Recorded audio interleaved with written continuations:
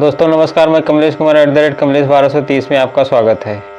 दोस्तों supreme court में SC/ST को लेकर के, अनुसूचित जात अनुसूचित जनजाति को लेकर के जो उनका आरक्षण था उसको लेकर के एक फैसला हुआ है। 7 जजों की बेंच ने ये फैसला दिया है। कोटे पर जो है ये फैसला हुआ है। सुप्रीम कोर्ट ने के फैसले पर जो है आज़ाद समाज पार्टी के नेता और लोकसभा सांसद चंद्रशेखर आज़ाद ने क्या कहा है उस पर बातचीत करेंगे। बसपा सुप्रीमो मायावती का रिएक्शन जो आया है उस पर भी बात करेंगे। वहीं दो बड़ी पार्टियां देश की, भारतीय जनता पार्टी और कांग्रेस, दोनों चुप हैं, इस पर भी बात होगी।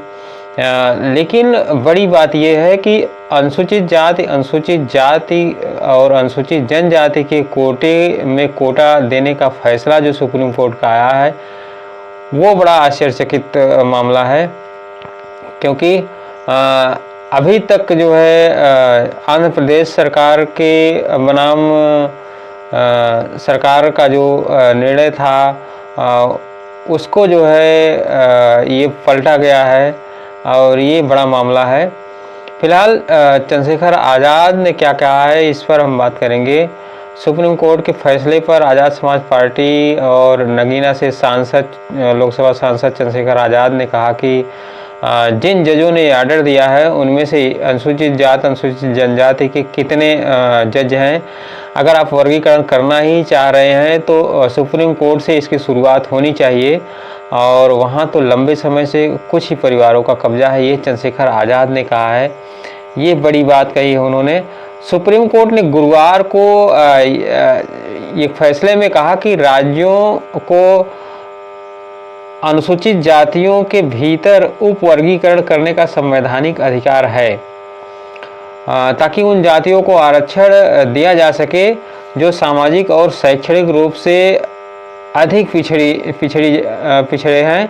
हालांकि सुप्रीम कोर्ट ने स्पष्ट किया कि राज्यों को पिछड़ेपन और सरकारी नौकरियों में प्रतिनिधित्व के मात्रात्मक और प्रदर्शन योग्य आंकड़ों के आधार पर उप वर्गीकरण करना होगा, ना कि मनमर्जी और राजनीतिक लाभ के आधार पर ये आप कर सकते हैं। ये सुप्रीम कोर्ट ने कहा है राज्य सरकारों को। इस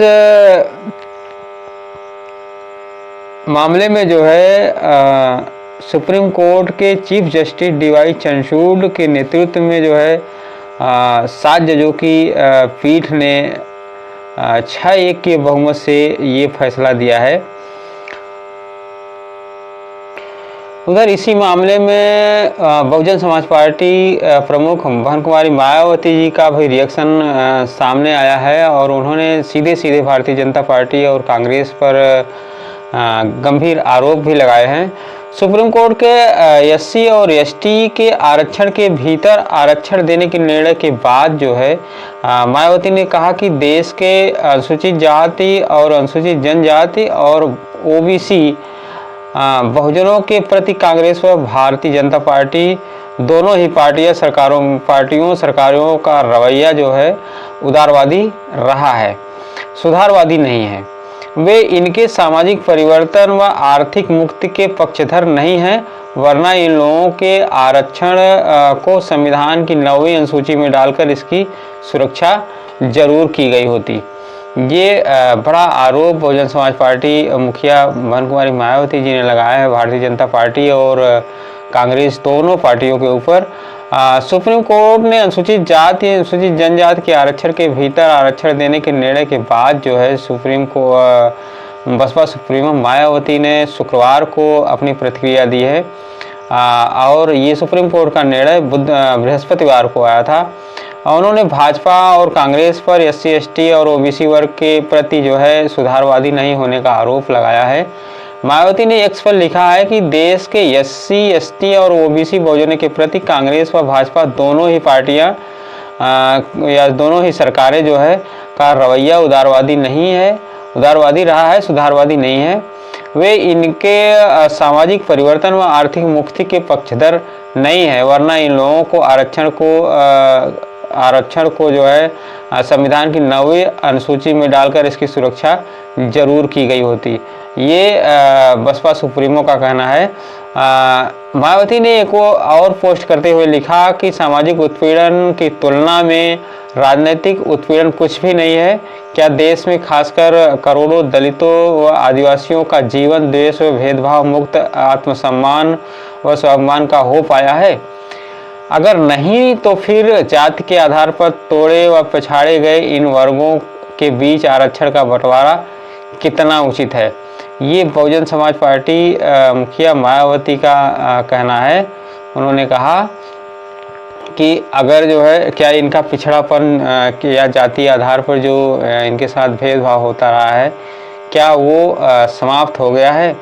अगर यदि समाप्त हो गया है तब हम इसके लिए स्वीकार करते हैं, और अन्यथा ये स्वीकार करने योग्य नहीं है।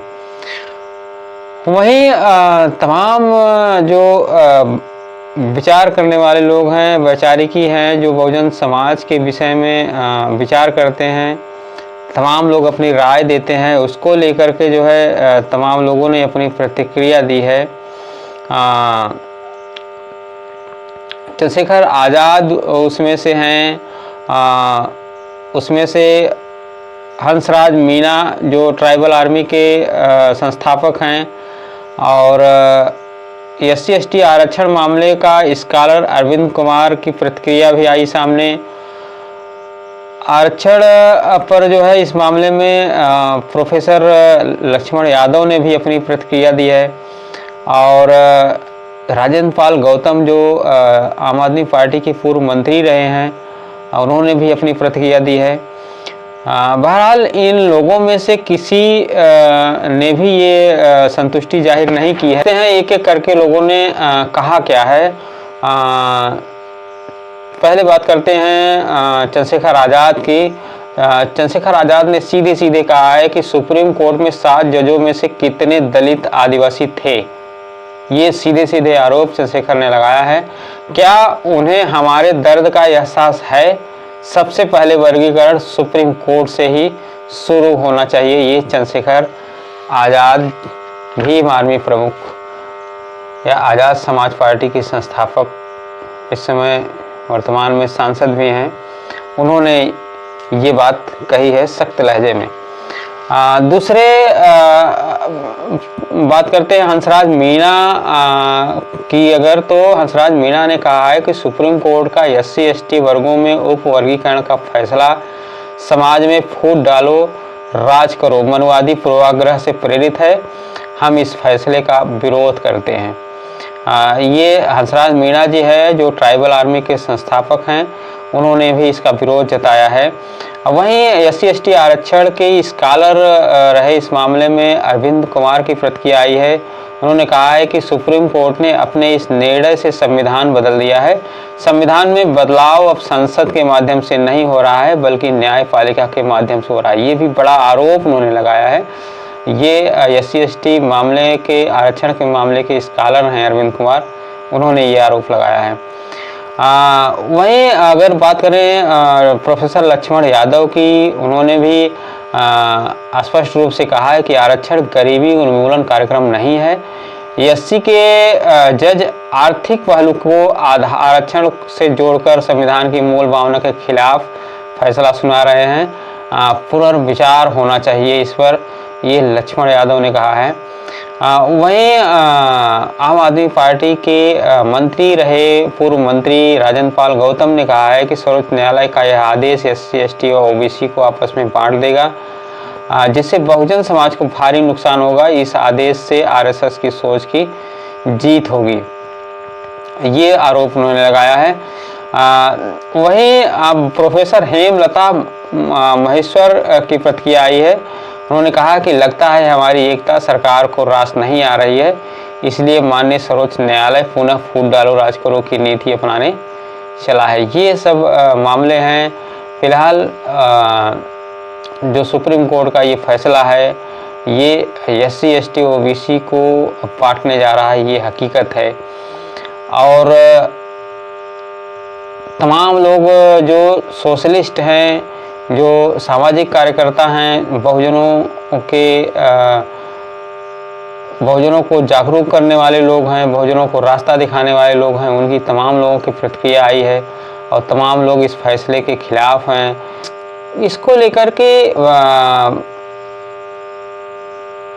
दलितों के मसीहा कहे जाने वाले या संविधान के संविधान निर्माता डॉक्टर भीमराव अंबेडकर की एक किताब जो है उन्होंने लिखा है बीसा की प्रतीक्षा में। स्पष्ट रूप से उन्होंने एक कहानी लिखी है अपनी कि बाबा साहब के दादा फौज में अफसर थे, पिता भी फौज में अफसर थे। रिटायर होने के बाद वे सरकार के खजांची बने, यानी सुप्रीम कोर्ट के जजों की नज़र में परफेक्ट क्रीमी लेयर। ये उन्होंने अपना वाकया दर्ज किया है। पर क्या पैसे ऐसे उनका अछूतपन जो है, अछूत होना मिट गया? क्या आज भी भेदभाव जारी नहीं है? बाबा साहब ने अपनी किताब में इसको आत्मकथा लिखा है बीजा का इंतज़ार। और इसमें से उन्होंने लिखा है कि मैं तब 9 साल का था। ये बाबा साहब लिख रहे हैं अपनी आत्मकथा में। मैं तब 9 साल का था। इस घटना की मेरे दिमाग पर अमिट छाप पड़ी।